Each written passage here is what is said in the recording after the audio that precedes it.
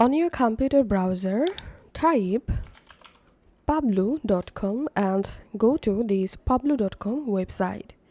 Once you are in this website, you have to create a free account here. So click on try for free and now create or register a free account here. I'm going to sign up with my Google account. Once you created your account, you will jump into this dashboard. Here, click on upload your PDF. And now from your computer, select the PDF, which PDF you want to convert to flipbook. And your PDF will be uploaded in this website.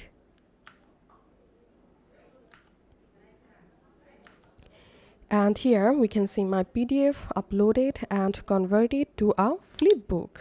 I can easily open pages just like so. And now from this left hand menu, we can customize this flipbook. You can add a name and description to your flipbook. If you want, you can change your flipbook background from here. And now if you want, you can add your logo here by clicking here. You can add a menu here. So go ahead and customize your flipbook, and once you are done, click on save, and your PDF successfully uploaded and saved as flipbook. And now go back from here. Once you are in Pablo Flipbooks dashboard, here you will find all of your uploaded PDFs.